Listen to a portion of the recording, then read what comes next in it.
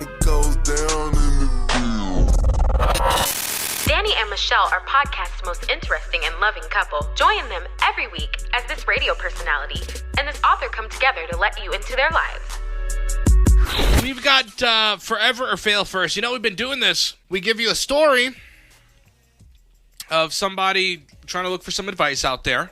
Yeah. And we talk amongst ourselves and see if they're going to be together forever or if they're just going to be a failure. Yeah, we think that this is great fun. It's so funny because people give us so much shit about how lovey-dovey we are, but they don't get to see what you all get to see about how much shit we talk to each other and about other people and their love. And I think Forever or Fail is just another aspect of our relationship that we get to bring to It Goes Down the DM, because we do this in private. It's just a lot more disrespectful.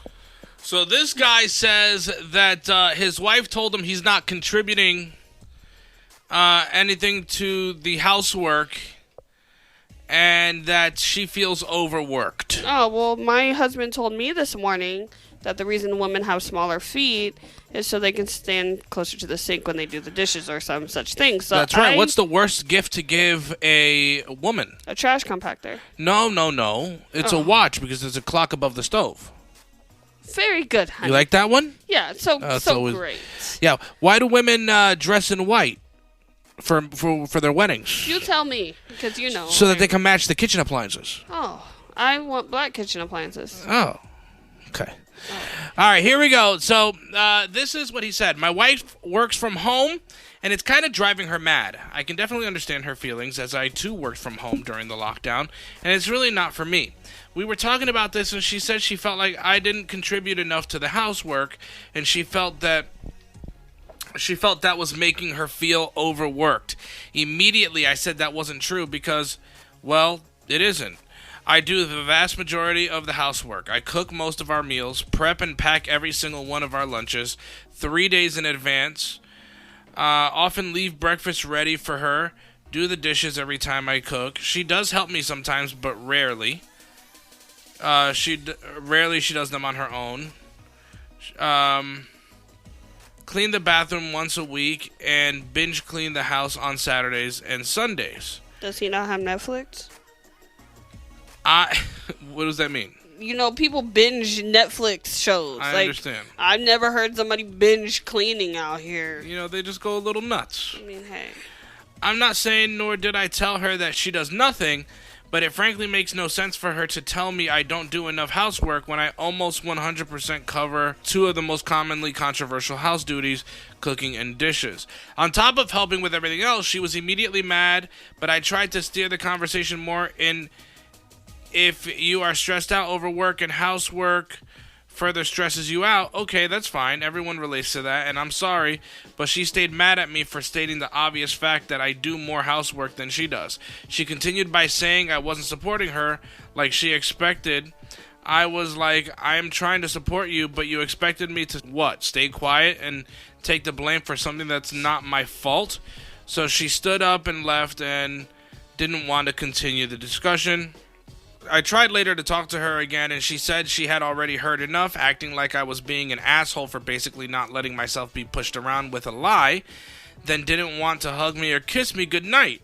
I wasn't even trying to be right. Instead of helping her, it was more like, hey, come on, babe, that's not entirely true. And then it just escalated from there. How do I resolve this if she's not even willing to see she actually was unfair with me for a moment there? You know, I'm going to let you go first. I went first last week. I'm going to let you go first with us. So, I don't think it's a fail. I think she's stressed out with working from home, so much so that, you know, it's playing into how she's responding to things. But more so than that, I think there's something else that she's not talking to him about. I think that she's upset or annoyed about something else that either he has or hasn't done that she's expected him to get done, and it hasn't gotten done, but she doesn't know how to bring it up to him because this is how it goes, right? This is how the conversation might end up. So, like, I really believe that she's mad about something else, and she doesn't know she doesn't want to bring it to his attention, or of course because we're hearing from his side, right? Yeah. So what exactly else could there be? It can't. I don't want to say it can just be just working from home, because you sleep that off a couple days and you figure it out. You know what I'm saying? So I do believe that she's not telling him that she has an issue with something that she's holding in. You know, this is interesting because I disagree with you. I think it's a fail for all of the reasons that you don't think it's a fail. You know, the fact of the matter is, I understand that working from home can be stressful. You know, when I used to work at my job, I worked from home before it became the popular thing. Yeah. Before we had to quarantine and be home all day. And I was in a relationship with someone where I worked from home, but I also still did all the cooking and the cleaning. And, you know, it was like never getting a break because I was working from home. The thing of her situation is, and part of the reason I think it's a fail is because if it's something more, if it's not just working from home, why can't you communicate that with your partner? And, you know, not even just that, but people have started straying away from something that I'm glad that you and I did very early in our relationship, which is having a really honest conversation about what do we want our live-in long-term relationships to look like? What do we want, or what do we see as our roles? Like, people are no longer, everyone's being so inclusive, and I'm not saying that that's wrong. Everybody splits the work evenly, take turns. Yeah, and the fact of the matter is that doesn't, work for everyone. For example, we talked to your mom this morning, and we talked to her about how your brother feels comfortable being a stay-at-home dad. Yeah, and he would love to do that. And you're like, that's just not me. And I couldn't be with a woman who wanted that to be me. Mm-hmm. And I feel like because we're in this time where everyone, like, there is a such thing as being too inclusive. And this is one of those situations where she's like, oh, well, you're not doing enough. Or, oh, she's, like, passing off the blame. But what's the, like you said, what's the problem? Like, what's the underlying issue? Real issue? Yeah. And if you feel like I'm not doing enough, let's sit down and iron out what the roles need to look like. Because he's establishing, like, yes, you work from home and I don't anymore. So I'm helping you by picking up the pace, picking up some of the excess, because you're already working from home and you shouldn't be expected to do all the cooking and the cleaning and blah, blah. But that doesn't mean that you need to put me down for... Well, and it doesn't mean that she shouldn't do anything. Like, the fact that... I agree with that. I mean, I agree with that. The fact that he has to pretty much always ask her to help. Like, for example, with us, if I cook, you'll say, babe, I got the dishes. Mm-hmm. Unless I say no, or unless I get to them before you, because I typically, do them as I'm cooking so that there's not a mess at the end of the when dinner's done, you come. But the reality is, if I cook, you say, babe, I have the dishes. Like, don't worry about it. You just cook dinner. But we established early in our relationship, I'm comfortable with the cooking and the cleaning aspect of wife duties. I'm comfortable with doing the laundry and cleaning the bathroom a couple of times a week. Once a week is crazy. No.